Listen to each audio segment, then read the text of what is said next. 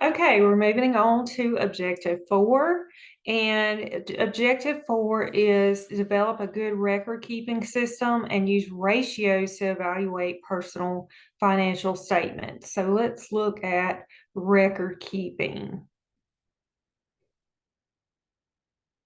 Okay, so your financial statements are built using what your records are. If you don't have good records, then you're not going to get useful information from your financial statements. You're not going to know financially what is going on. From Yogi Berra, you've got to be very careful if you don't know where you're going because you might not get there. So we want to make sure that we keep good and accurate records, because that way our financial statements will tell us useful information. So we have these ratios, and one of those is the solvency ratio. So these ratios here are balance sheet ratios. You have your solvency ratio and your liquidity ratio.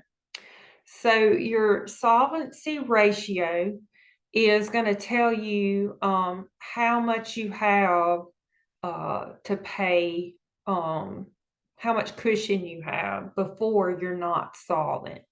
So it's your net worth divided by your total assets. Liquidity ratio is your total assets divided by your total current liabilities.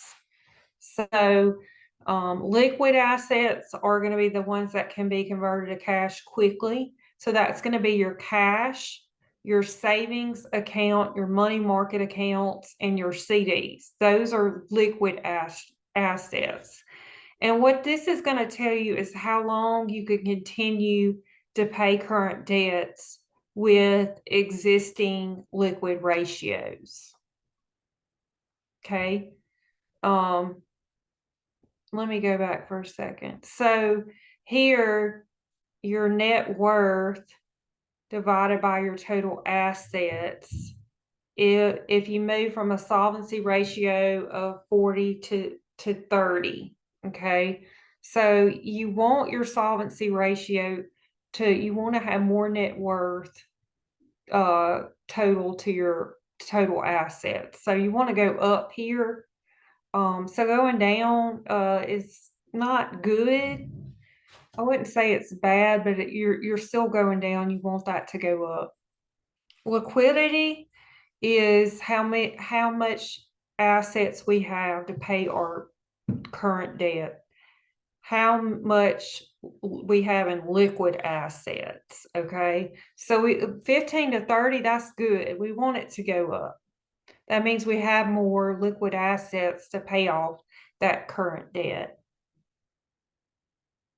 Okay, so we have a savings ratio. It relates to cash surplus from the balance sheet, and then to net income from the income statement.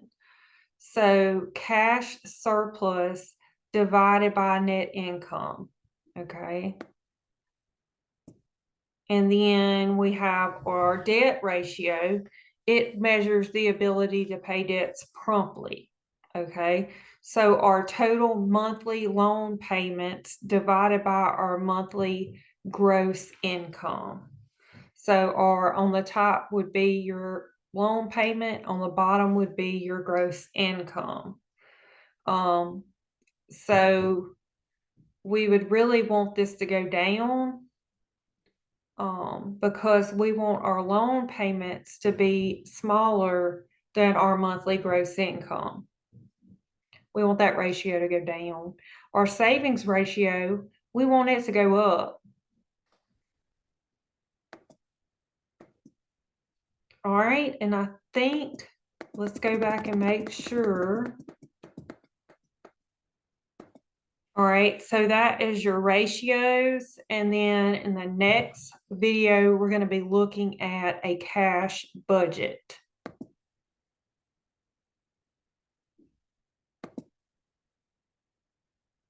If I can get this to cooperate, sometimes it does not want to stop the recording. Okay.